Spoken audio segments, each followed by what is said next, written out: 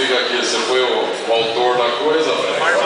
Ei, Rafael, você pode falar em nome dos jogadores? Primeiramente, eu cumprimento a todos, né? É um prazer enorme estar aqui, juntamente com esse grupo de 85. O coração bate mais forte, a gente fica leve. Estou contente de ver o Bugrão aqui, meu treinador. Uma longa data que o Bugrão nos acompanha. E o que você falou não é verdade, não. O que você falou? Eu sou o que falo mais, mas sou o menos inteligente. Não, você não viu errado. Eu falei que você é o goleiro que mais pegou em 85. Mas só em 85? Contra você eu dei muita dor de cabeça você também, não? Lembra que você falava? Eu não faço gol nesse branco. Tá legal? E prazer, gostei da tua festa, fiquei contente de estar aqui.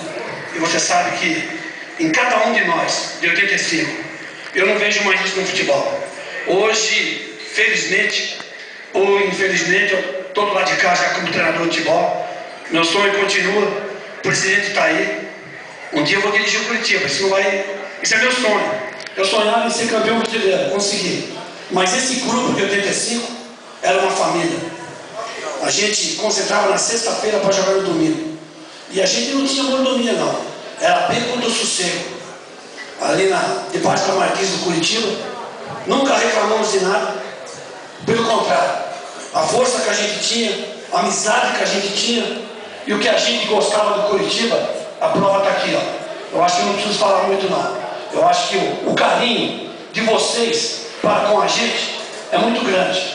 Então, o que me faz viver e o que me faz sentir vontade de viver é esse amor que vocês têm por mim. Eu agradeço, muito obrigado.